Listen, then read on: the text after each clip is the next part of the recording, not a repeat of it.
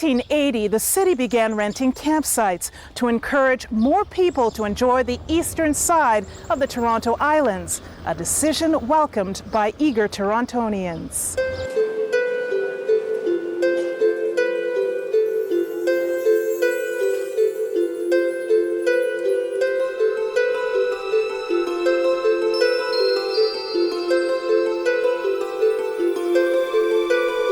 Centre Island had been developed by more affluent people, so working people said, hey, you know, we deserve a place too on the island. And so the tenting was a very popular thing. So the city agreed to develop Ward's Island as a tenting community.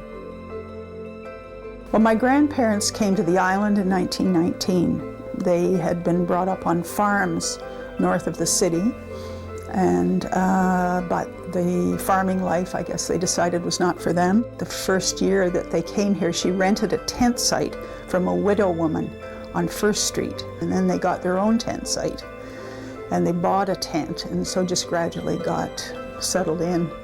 And the season was 24th of May until Thanksgiving. You can't be thinking about a typical camping tent, because it wasn't that. They were more like war surplus military tents with several rooms, and they were furnished with the usual array of furniture of the time. And she said that at least once during the summer there would be a high wind, which we experience here with some regularity, and the whole thing would blow over.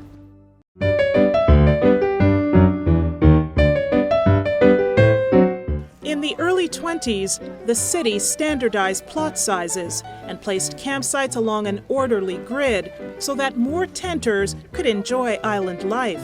By the 1920s, the Wardsies were saying to the city, hey, you know, this tent, we've sort of outgrown the tent. We want to build a more permanent structure. The city was resistant to that for quite a while. To civilize the tenting experience, tenters started placing their tents on platforms, verandas began to appear, and they quietly placed wooden walls beneath the canvas tents. By 1931, the city formally allowed the conversion of tents into cottages, provided that they did not exceed 840 square feet. Despite the Depression, by 1937, there were 130 cottages and only 32 tents that remained on wards. Over time, people built houses. Some of the houses, in fact, were prefab houses that were bought out of the Simpsons catalog. You can still see the shape over some of the houses on wards. Algonquin Island, formerly Sunfish Island, was a treeless stretch of sand, uninhabited, until the 1920s when the Queen City Yacht Club and the YMCA Boys Camp moved to the island.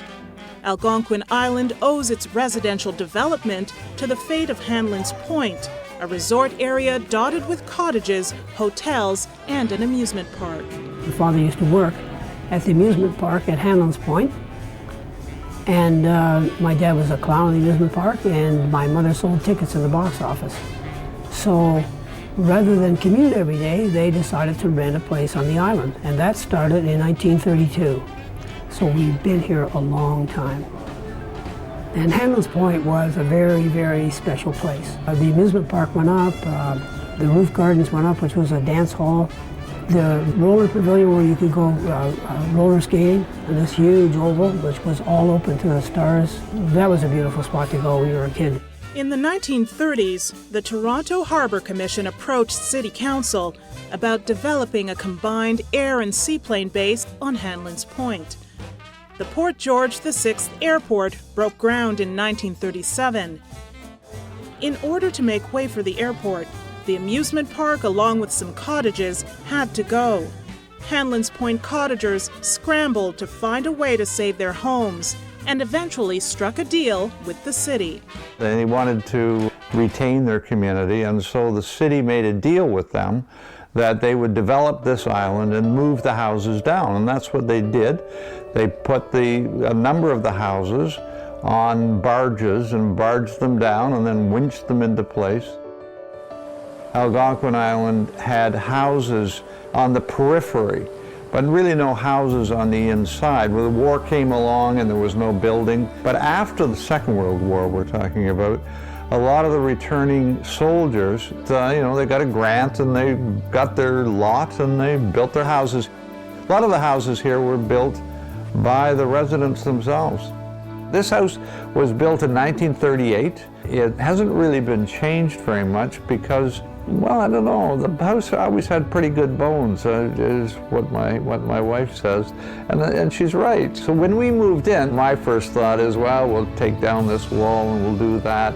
And it wasn't long before we said, no, let's just keep it the way it is. Let's try and restore it. And that's what we've tried to do, is to keep the character of the house and maintain it. And the 40s were, that's the beginning of the war years.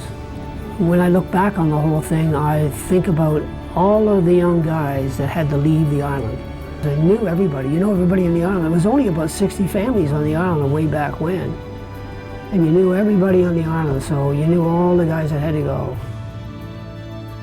Toronto faced a housing shortage after World War II, so City Council began encouraging year-round residency on the islands. While the decision may have been a stopgap measure as far as the city was concerned, for the cottagers turned residents, the islands had become home. There was no place for kids to hang out in the wintertime, and we used to go to the fire hall. There was nothing open. There was only a handful of kids, and you'd go to the fire hall and hang out with the firemen. This one guy, Freddie Longstaff, he'd cut up pieces of elastic band and pieces of wax paper and pieces of string, and he'd put them in his tea and drink it down. Like, oh, what? Strictly for the audience.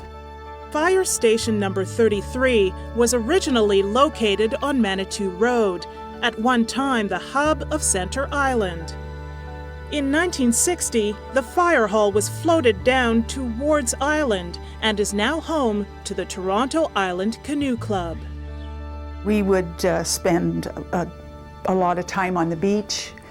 Everybody played ukuleles and banjos, and we would make a lot of noise and drive the people, mostly elderly people living along the beach, crazy with our singing, unamplified.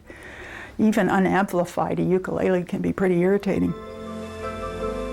I always feel at home in a way I never do anywhere else here. And for a kid, it's magical here. You just run out the front door and play. I think for children, the lack of automobiles is a real bonus because they're so much freer here than they are in an environment which is sort of car-dominated. I don't have any hate on for cars, don't get me wrong, but I just think that here's an example of what happens when you don't have them. After the war years, there were upwards of 10,000 people living here on this island. It was amazing the amount of people that were here way back then.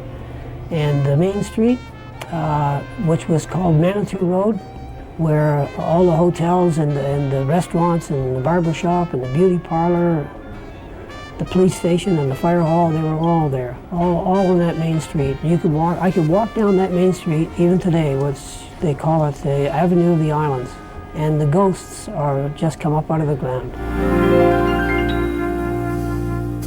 After the Second World War, Toronto expanded rapidly with 50,000 people a year flooding into the city and into newly built suburbs. After the break, we'll find out how this rapid expansion affected island life.